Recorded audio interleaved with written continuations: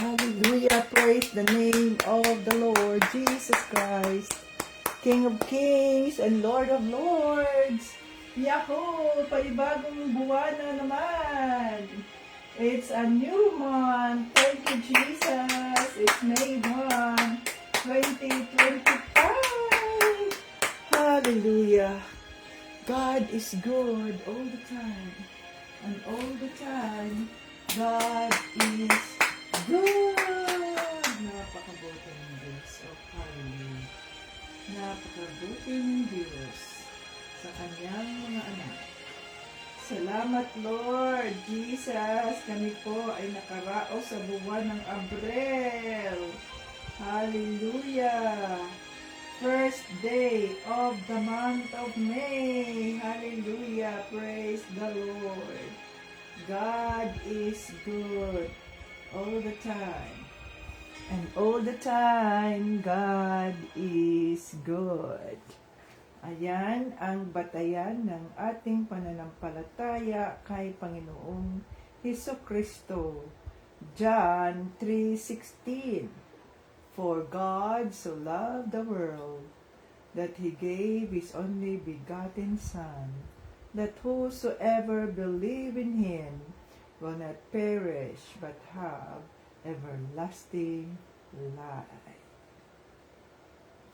Hallelujah. So, anong sabi dyan sa salita ng Diyos? No? Happy moments, praise God. Difficult moments, seek God. Quiet moments, worship God. Painful moments, trust God. And every moment, thank God. Oh, hallelujah. God is good all the time. And all the time, God is good. Buwan ng Mayo na ngayon, mga ka-Team Jesus.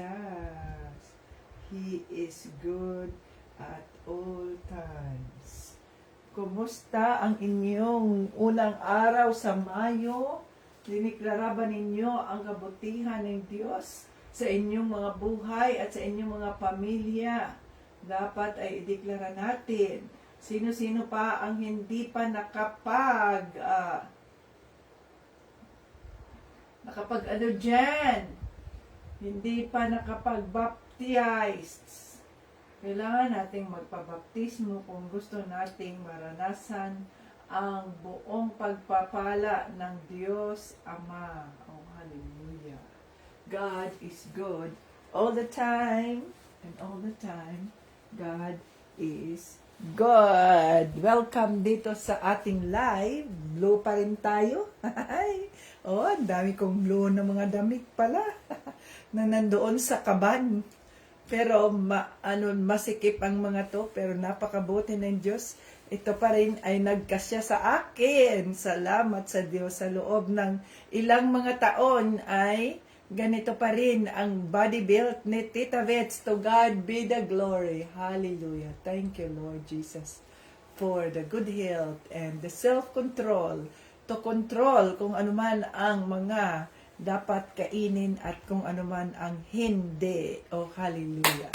Praise the Lord Jesus Christ. Ayan, welcome dito. Ngayon ay May 1, 2025. Panibagong buwan na tayo ay makapagsilbi sa ating Panginoong Hesukristo. At tayo ay nakaraos sa buwan ng Abril. Thank you, Father God. Oh, hallelujah. You are good at all times. Thank you, Father God. Ayan, so kailangan nating magpuri, kailangan nating magsaya. So every first Saturday of the month, mga ka-Team Jesus, ay tayo ay magkaroon ng fellowship of the bread and the wine, the body of Christ. So magkaroon tayo ng fellowship every first Saturday of the month.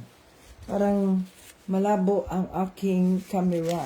So, linisin muna natin. I do not know. Panginoon. Ayan, no?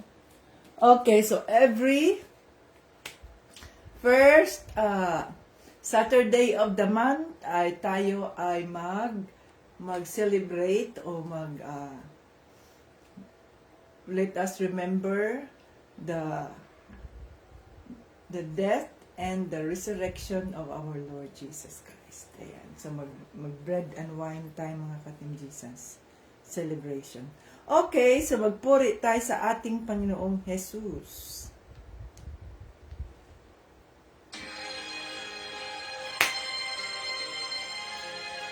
Glory siya, glory.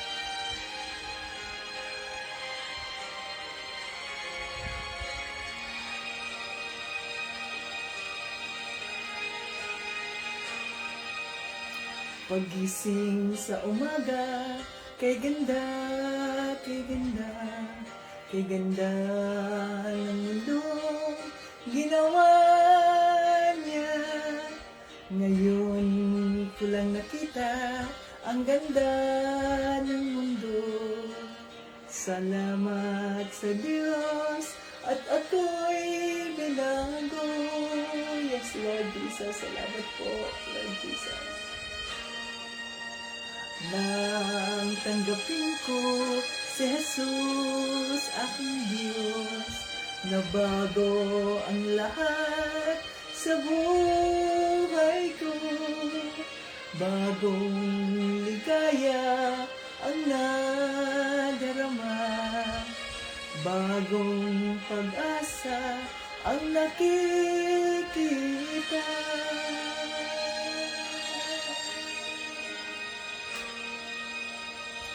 Lahat ay aking ibibigay pati aking buhay upang purihin siya.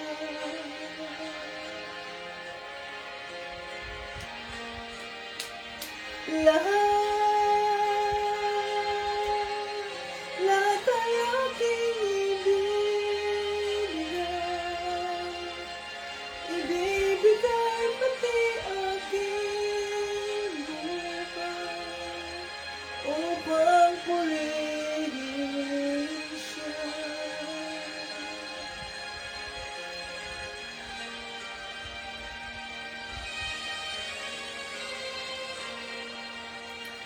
Nag-uumapa ang aking saya, pagmamahal niya ang nadarama, kay ganda ng buhay na nasa kanya.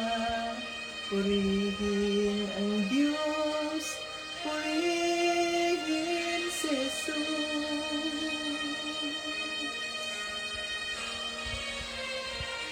Lahat ay aking ibibigay pati aking buhay upang purihin siya.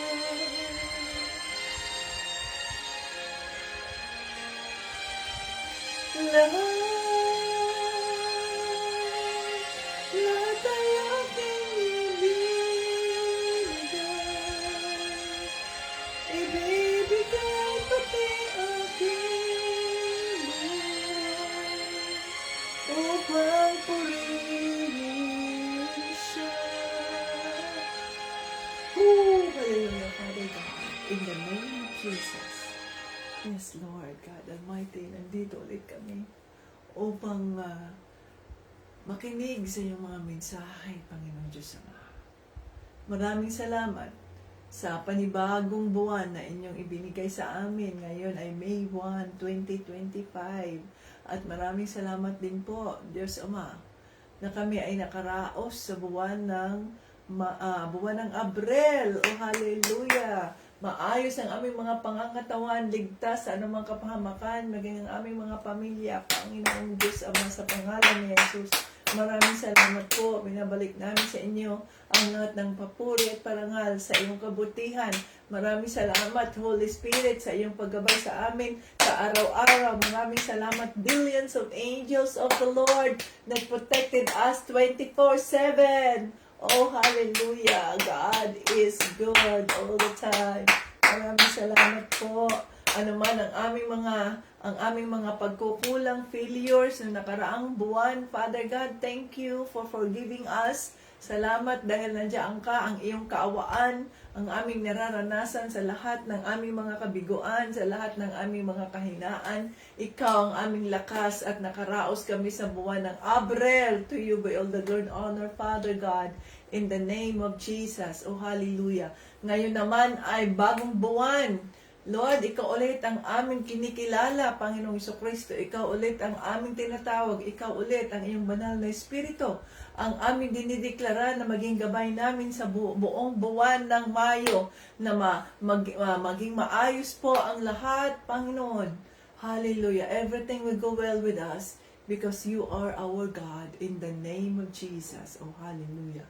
Let us welcome the Holy Spirit in our midst today. Ang sabi sa salita ng Diyos, 2 or 3 gathered in His name, He is in our midst. So tayo ay naniniwala na kung ating kinikilala, more than 2 tayo na nandito ngayon sa bahay ng Diyos. Kaya ako'y naniniwala na andito ang presensya ng banal na Espiritu.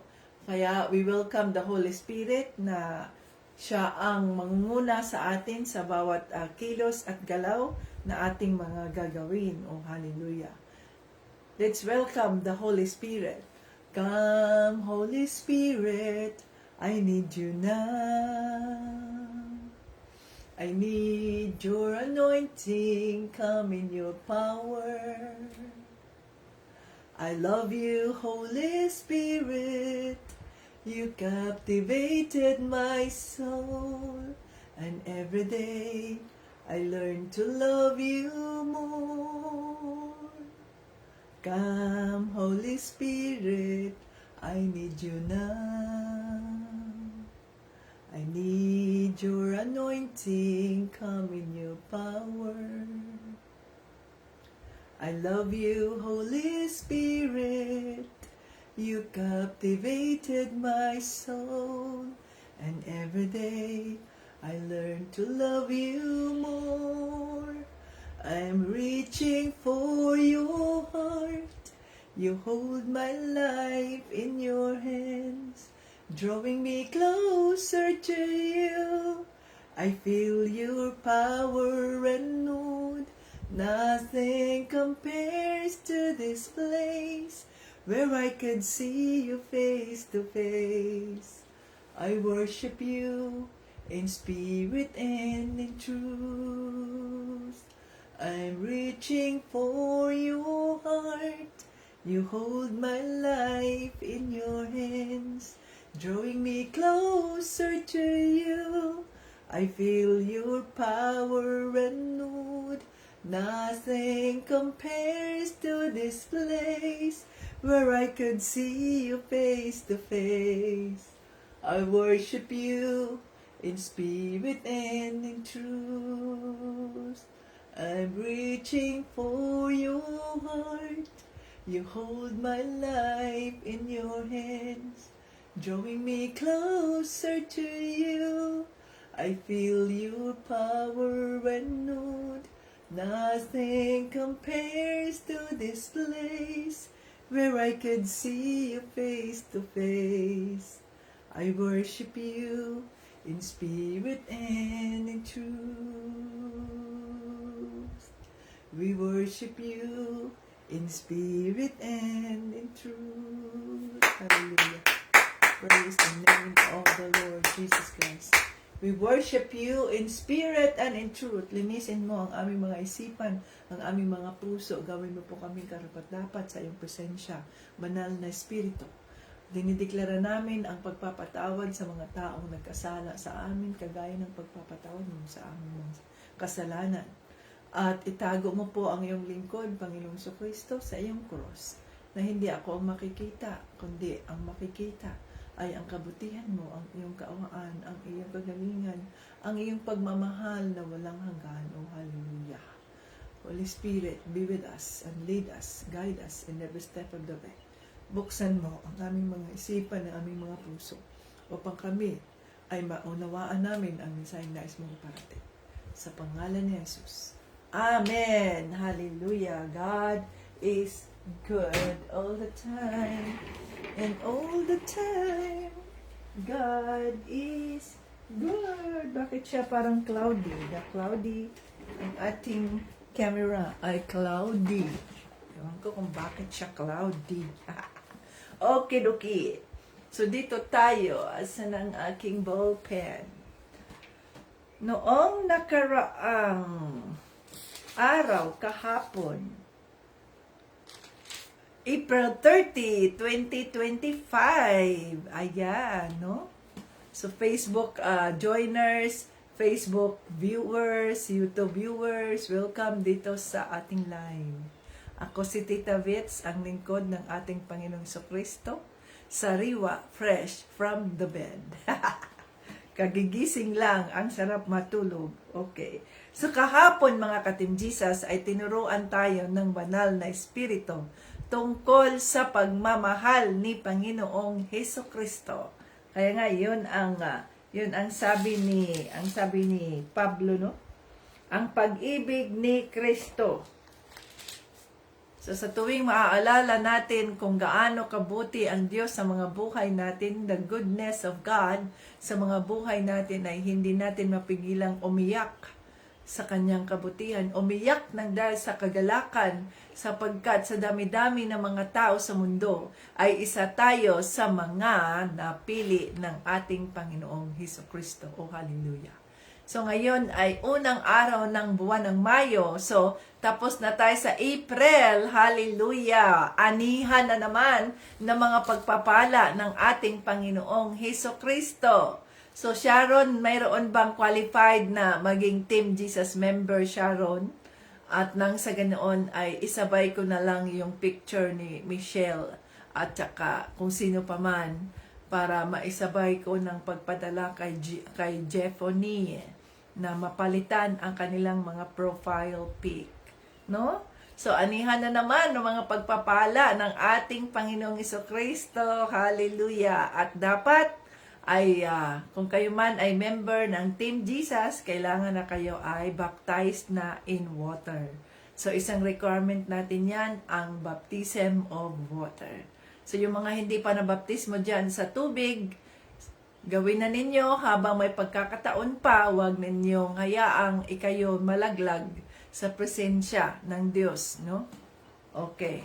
Okay, dito tayo. So, ang pagmamahal ni Panginoong Jesucristo sa atin. Kaya, huwag natin kalimutan na hindi natin kayang sukatin, kayang alamin, no? Suriin, unawain ang pagmamahal ni Panginoong Jesucristo sa atin. Ang atin lamang ay sumunod sa kalooban ng ating Panginoong Diyos. Just obey.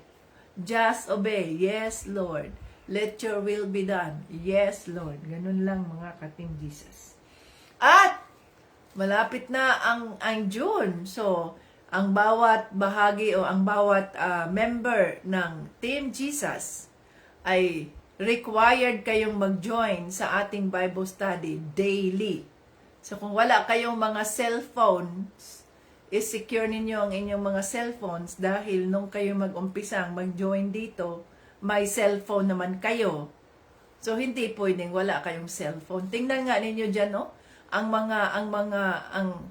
mga perfect attendance lamang hanggang 7 lang, 8 lang, 5. Ano nangyayari sa iba? Tandaan natin kapag ang ating pagsalita ng Diyos ang pinag-uusapan, dapat yun ang ating prioridad. Prioridad natin yan. Maliban na lang kung mayroong mga main reasons or mga major reasons o kaya valid reasons. Halimbawa, sabihin mo, wala bang kuryente. Kung wala bang kuryente, ay ano ba, yung hindi ba rin kayo makapag-load? Yan ang hindi ko rin alam. Kayo nakakaalam dyan. Okay. So dito tayo ay nasa chapter 4 na ng Efeso. Chapter 4 ng Efeso. Okay, so dito tayo sa iisang katawan kay Kristo. Chapter 4 verses 1 to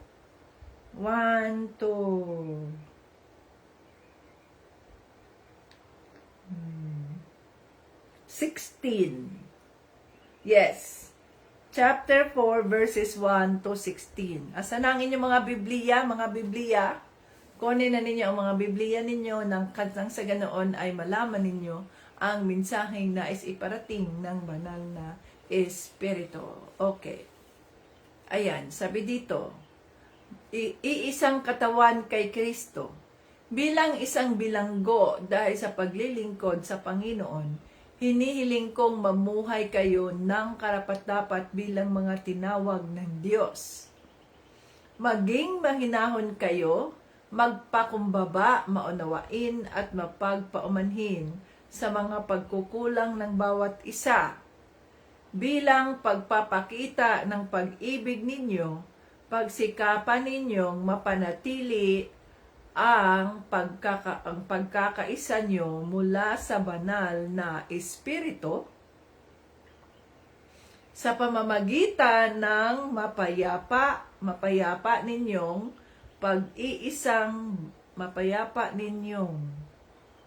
pagsasamahan, sapagkat iisang katawan lamang tayo na may iisang banal na Espiritu. At iisa rin ang pag-asang ibinigay sa atin nang tawagin tayo ng Diyos. Iisa ang Panginoon natin, one God, one body of Christ. Yan, no? Iisang pananampalataya, one faith, at iisang bautismo, one baptism.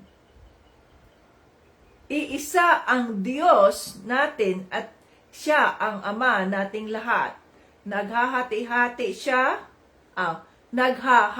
siya, kumikilos at nananahan sa ating lahat.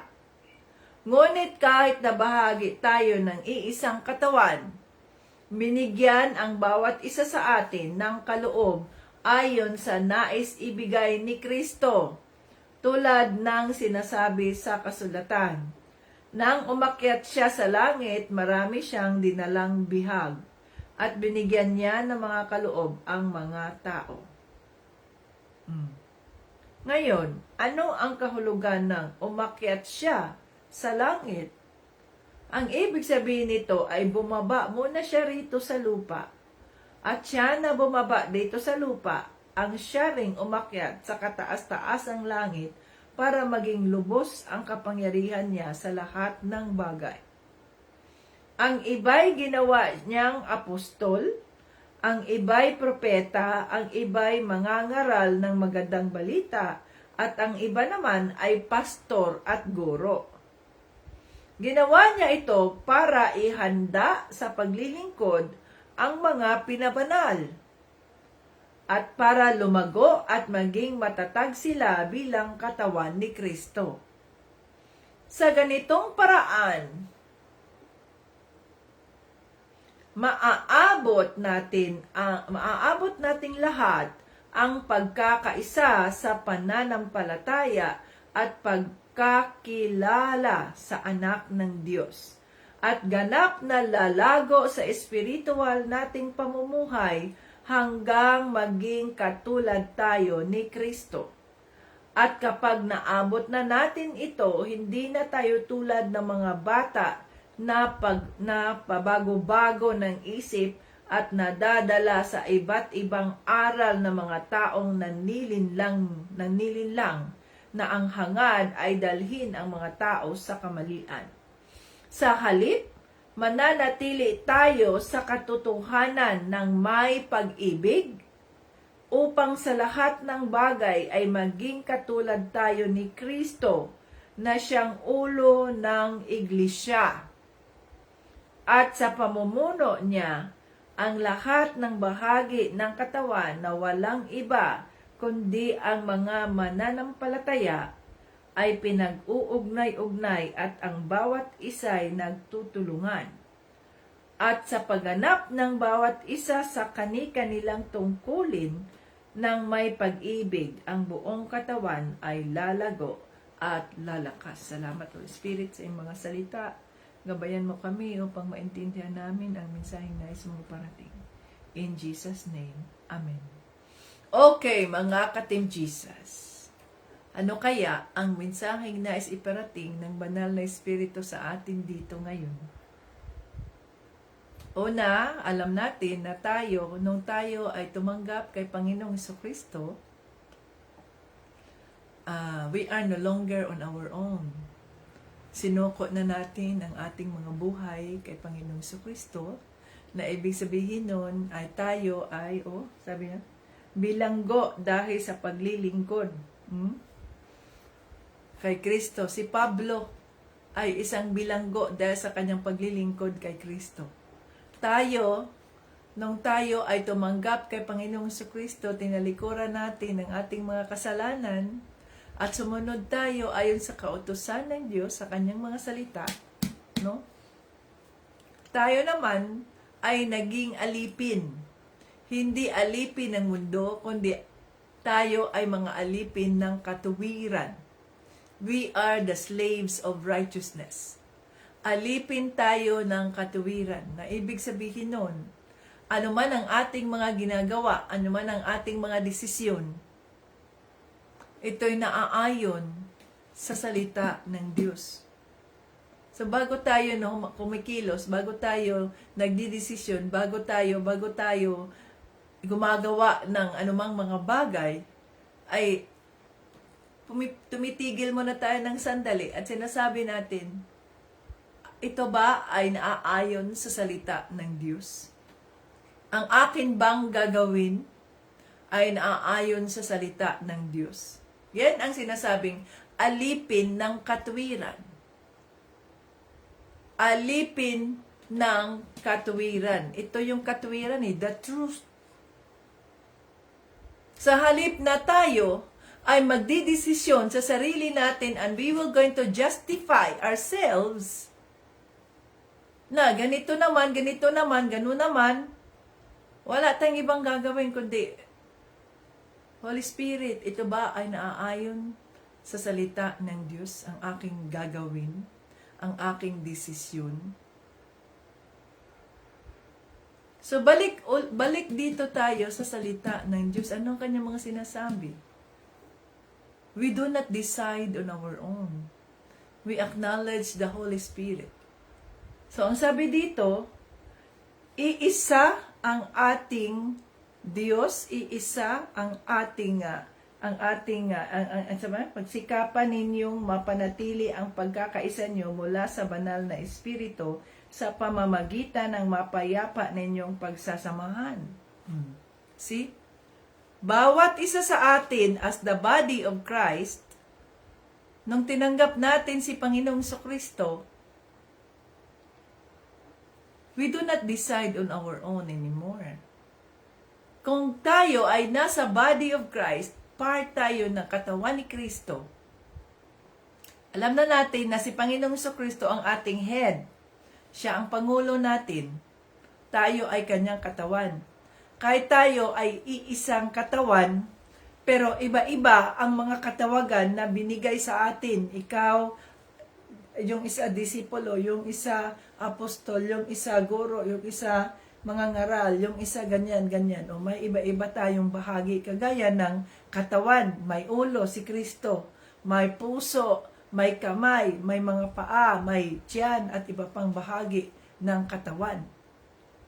So dapat ay magkakaisa-isa tayo, hindi tayo magkagulo, hindi tayo, huwag nating pairalin ang pride ng tao, ang sarili nating gusto, yung greed ng tao, sapagkat kung tayo ay nakay Kristo na, wala na sa atin yung greed, wala na sa atin yung mga masasamang espiritu na yan.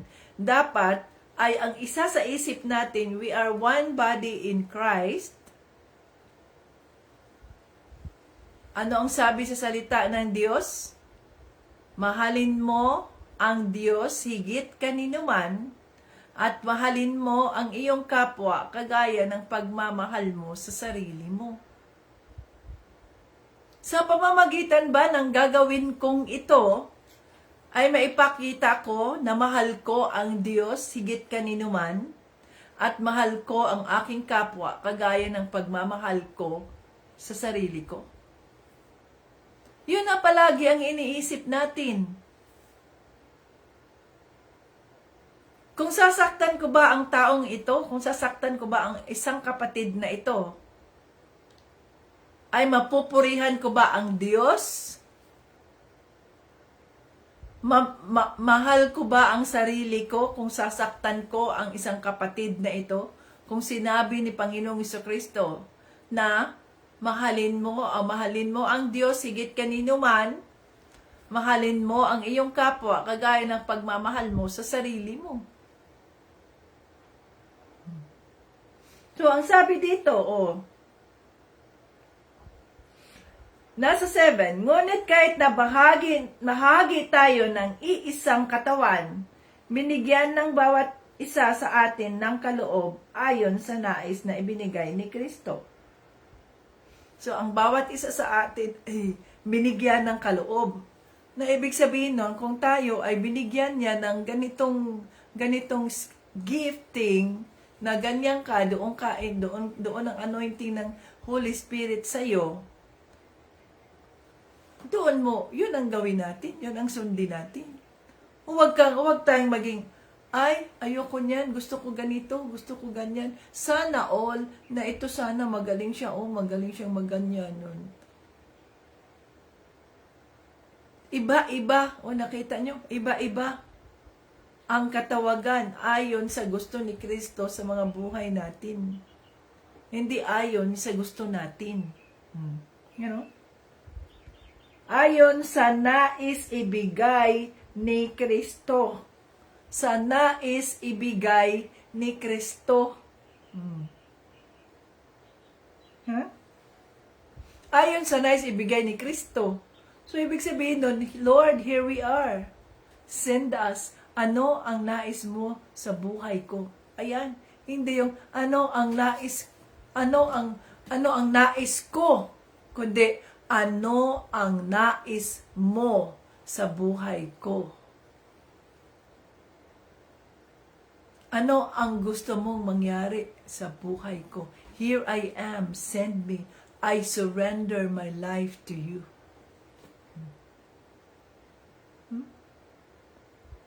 So, hindi kung ano ang nais mo, ano ang nais natin, kundi ano ang nais ni Kristo sa mga buhay natin. Yan ang sinasabi sa salita ng Diyos, na. So mayroong mga ngaral, mayroong guro, ganito ganyan. Bakit? Ayon sa 12, ginawa niya ito para ihanda sa paglilingkod ang mga pinabanal at para lumago at maging matatag sila bilang katawan ni Kristo. Sa ganitong paraan, maaabot nating lahat ang pagkakaisa sa pananampalataya at pagkakilala sa anak ng Diyos at ganap na lalago sa espiritual nating pamumuhay hanggang maging katulad tayo ni Kristo.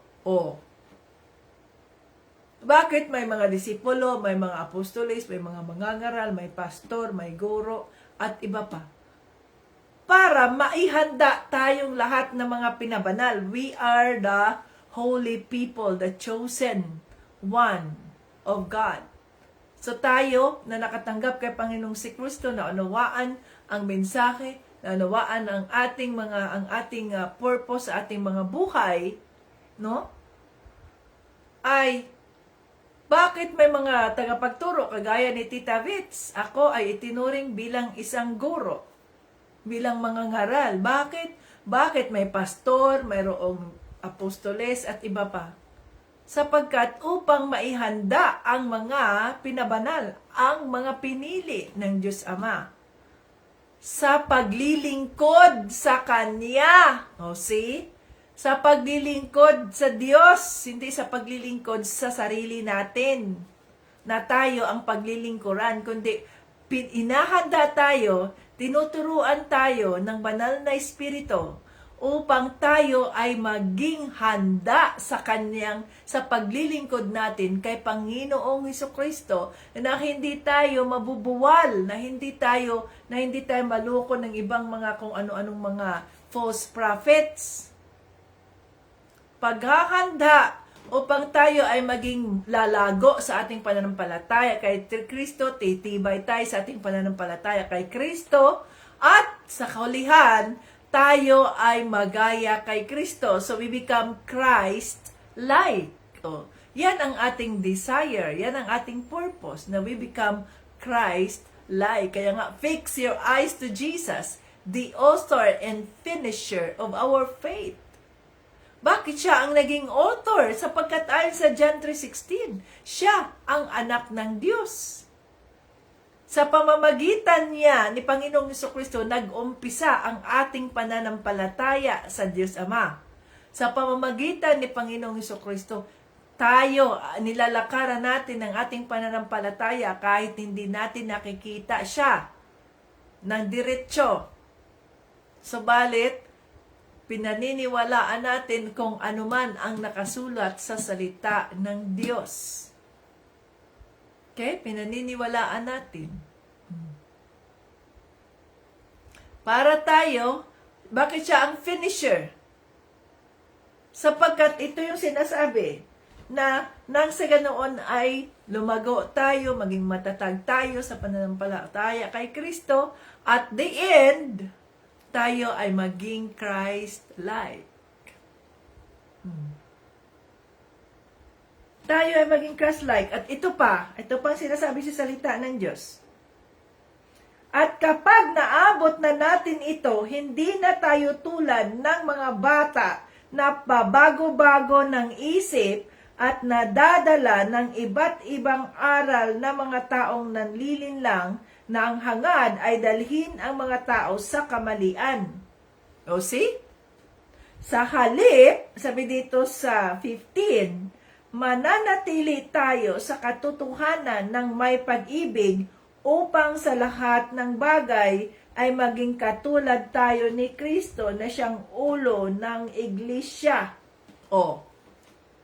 So kung lumago tayo sa pananampalataya natin kay Panginoong Jesucristo sa pamamagitan ng constant na pag-aaral sa kanyang mga salita, no? Magiging mature Christians tayo.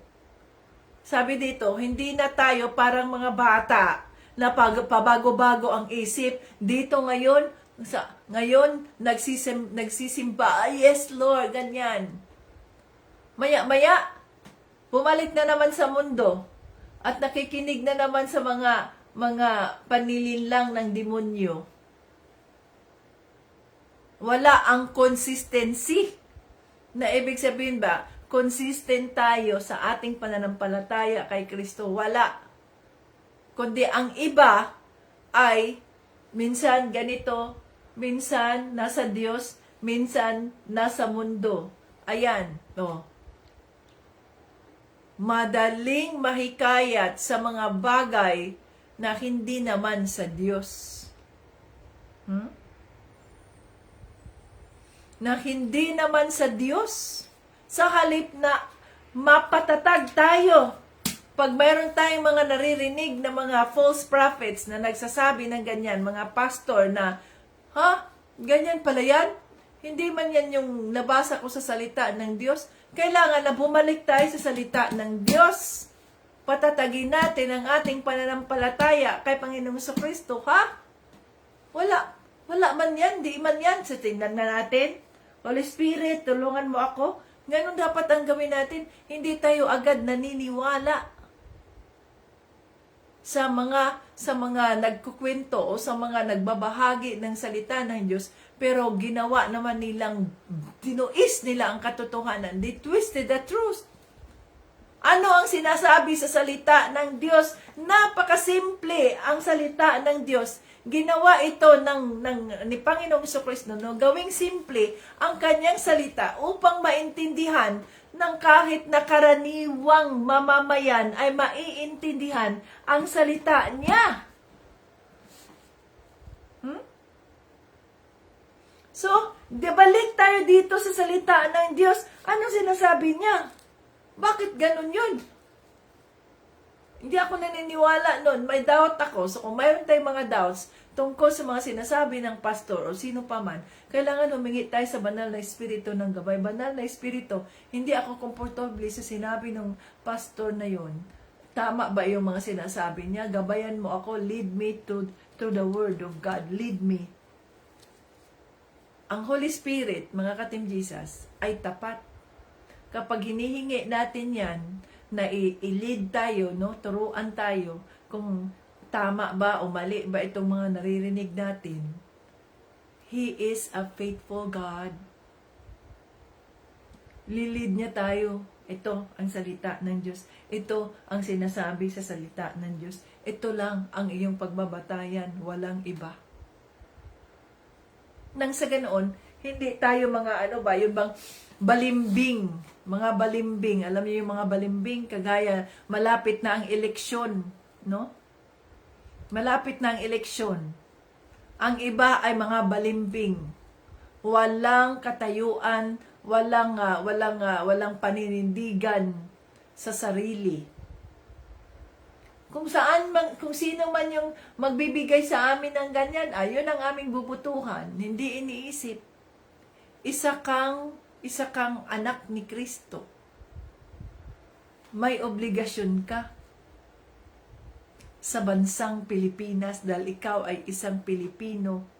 May obligasyon ka na kailangan mong tayuan. No? Nasisilaw sa maliit na halaga ng pera, nasisilaw, kaya yun ang binoto. Ngayon, ilang taon na magsasuffer o maghihirap ang taong bayan nang dahil rin sa kagagawan ng taong bayan. Balimbing. So parang mga bata, pabago-bago. Gayon din ang ating pananampalataya. Minsan para tayong mga bata. Masinusunod ang ating desire, ang ating gusto, kaysa sa plano ng Diyos sa mga buhay natin. At kapag tayo ay pumalpak, minsan, ang Diyos pa ang ating sinisisi dahil tayo ay pumalpak, dahil tayo ay nabigo. Gayong ano ba ang alam natin sa kabutihan at kapagmamahal ng Diyos sa mga buhay natin, ngayon hindi man natin siya kinikilala. At nagdidesisyon man naman tayo sa sarili nating desisyon sa halip na hingin ang gabay ng banal na espiritu. No? Ayon dito sa 16, chapter 4, verse 16. At sa pamumuno niya, ito yung si Panginoong Jesucristo, no?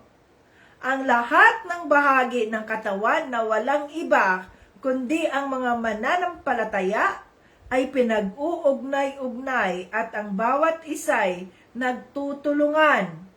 At sa pagganap ng bawat isa sa kanilang tungkulin, at sa nagtutulong-tulungan, sabi dito, nagtutulong-tulungan, at sa pagganap ng bawat isa sa kanilang tungkulin ng may pag-ibig, ang buong katawan ay lalago at lalakas. Oh. So kung gawin natin ang bawat bahagi, ang ating parte sa bahagi o sa katawan ni Kristo, magtutulungan ang bawat isa ayon sa kanyang katawagan na ikaw ay ganito ka, doon ka tinatawag, may assignment tayo bawat isa. So, anong mangyayari sa katawan ni Kristo? Lalago at, ano sabi doon? Ang buong katawan ay lalago at lalakas. Na ibig sabihin nun, mga ka-Team Jesus, ang bawat mananampalataya ay mayroong part o papel na ginagampanan sa body of Christ. Mayroon tayong papel ang bawat isa. Hindi tayo tinawag para sa sarili nating kagustuhan. Okay? Tinawag tayo para sa purpose, sa plano ng Diyos Ama sa mga buhay natin. Tinawag tayo. No? Mayroon tayong purpose. Iisa lang ang ating Diyos. Iisa lang ang banal na Espiritong nasa ating katawan. Kahit tayo ay marami, more than one, more than two. Pag more than one, more na yan. 2, 3, 4. Tayo, 22 tayo. Marami na tayo niyan. We are part of the body of Christ. Kaya ginagawa ng Diyos ito, na araw-araw, ginagamit niya si Tita Vets, kahit pagod ang katawan, kahit sa gabi ay maring din nakatulog o ganyan. Pero, I am no longer on my own. My life, my body, is dedicated to God. Hindi ko na iniisip yung para sa sarili ko. Why? Sapagkat I'm a servant of the Lord. And it is a privilege that you are being called to serve Him. It is a privilege. Pribilehiyo natin yan, hindi yan oportunidad. No, it's a privilege.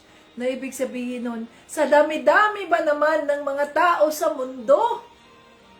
Ikaw, ako, tayo, ang pinili ng Diyos na gawin niyang mga anak niya. Tayo mga hintil.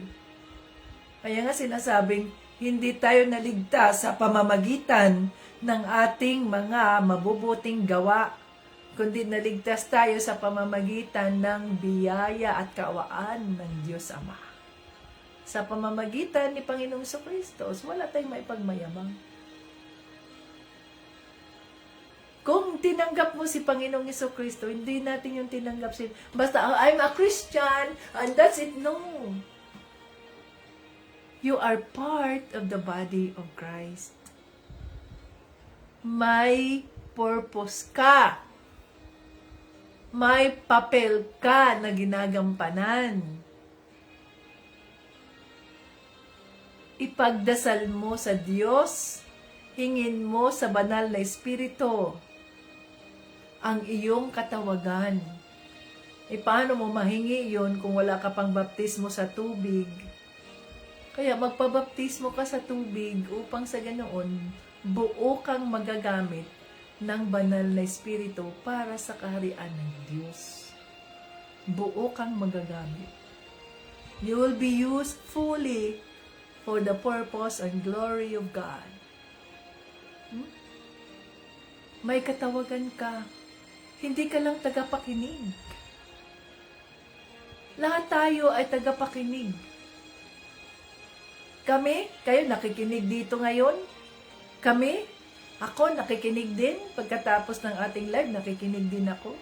Nire-replay ko, nakikinig din ako sa ibang mga preaching, sa mga pastors, at hinihingi ko ang discernment ng Holy Spirit. Holy Spirit, tama ba itong kanyang mga sinasabi? Pag sinasabi ng Holy Spirit, yes, makinig ka dyan, kaya kami ay nakikinig. Pag linggo, marathon kaming nakikinig mula umaga, marathon hanggang hapon. Iba-ibang mga preachers ang aming pinakikinggan. Para kami rin ay lumago. Kailangan nating kumain araw-araw sa salita ng Diyos.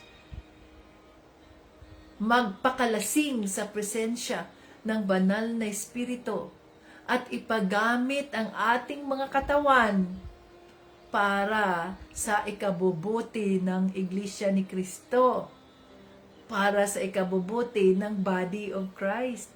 for the glory of God. So, ang ating mga katawan, anumang mayroon tayo, yun ay ating ipapagamit sa Diyos. Hindi pwedeng hanggang tagapakinig lang tayo. We have a role to do sa kaharian ng Diyos.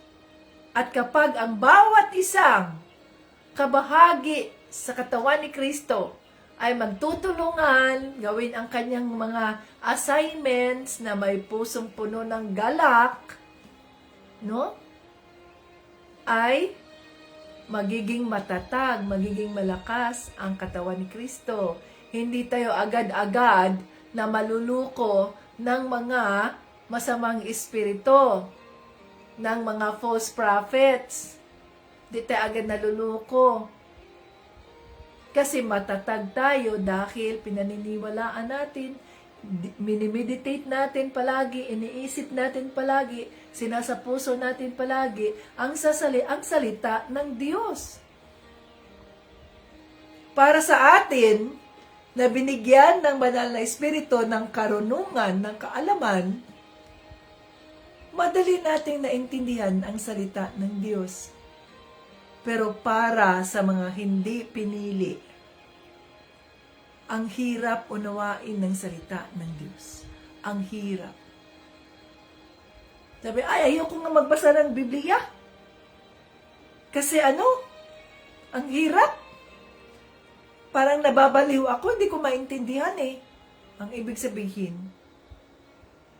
kasi hindi siya pinili eh. Pero kung ikaw, naintindihan mo ang salita ng Diyos, sa pagbabasa mo niyan, simple mong naunawaan na ganito ang nais ng Diyos na mangyari sa buhay mo.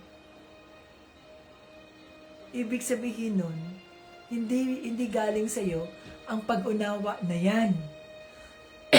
Excuse me. Ito'y galing sa banal na espiritu.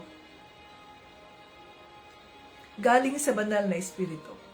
Marami akong mga kakilala na nagsasabi, ayoko magbasa ng Biblia. Oy, nalilito ako niyan, hindi ko maintindihan, sumasakit ang ulo ko. Kaya yung iba, dati yung iba, mga pare, nagsasabi, huwag niyong buksan ang Biblia sapagkat ito ay nakakabaliw. Talagang nakakabaliw. Talagang nakakabaliw ang Biblia kung wala kang gabay ng banal na espiritu. Subalit kung ang banal na espiritu ay nasa sayo, ang gaan ng iyong pakiramdam na babasahin mo ang salita ng Diyos, ang gaan na parang ang dali mong naintindihan ito. Ganito pala. Maiintindihan mo na kaagad ang revelation ng Holy Spirit sapagkat isa ka sa mga pinili ng Diyos. Sapagkat may purpose ang Diyos sa buhay mo. Kaya huwag mong sayangin na ikaw ay isa sa mga pinili niya. Kausapin mo ang banal na espiritu. Magpabaptismo ka sa tubig. Nang sa ganoon ay lubusan mong matanggap ang silyo ng Panginoong Jesucristo.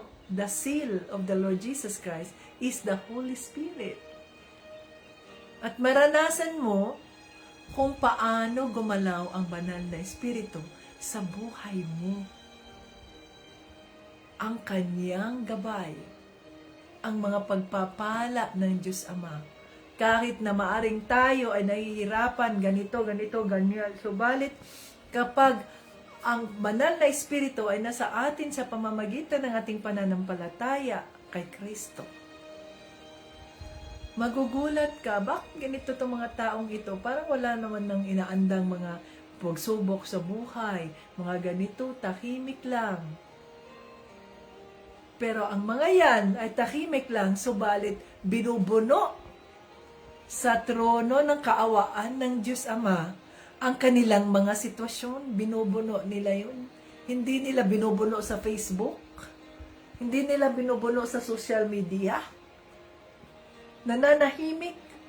Subalit doon nag-iingay sa trono ng kaawaan ng Diyos Doon nagpupuri. Oh, hallelujah. Doon.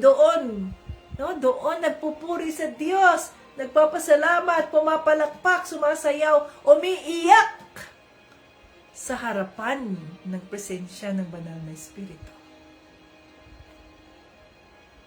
Yun ang ating katagumpayan bilang mga anak ng Diyos. Na hindi yung sino yung mga nag-follow sa atin, sino yung mga nag-love, sino yung mga nag-share. No.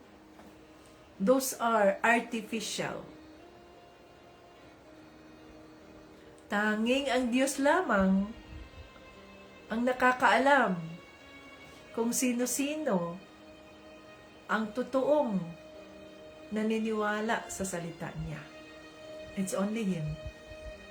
Kaya ako, wala akong paki kung mayroong mag-share, mayroong mag-love, mag-like. Ito ang katawagan ko, yes Lord. Pagkatapos nun, bahala ka na dyan. Why? Hindi natin, ano kayang sasabihin ng iba, no? Ano kayang, kung ganito gagawin ko? Bakit mo pa isipin kung anong sasabihin ng iba? Kapag tayo ay nakay Kristo na at isinuko na natin ang mga buhay natin sa Kanya, ang iisipin na lang natin, ano kaya ang sasabihin ni Kristo pag gagawin ko ito? Mapurihan ba siya sa buhay ko? Magalak kaya siya sa gagawin ko? Matuwa kaya siya sa gagawin ko? Ganun na ang gagawin natin? Ganun na iniisip natin? Hindi na natin iniisip ang mga sarili natin. Ano sasabihin kaya ng iba? Ano kayang anuhin ng iba? It's none of our business. Kapag tayo ay ginagamit ng Diyos, kapag tayo ay nagpapagamit sa kaharian ng Diyos, na tinatawag tayo sa ganitong katawagan, ang iisipin na natin, Lord, here I am, send me.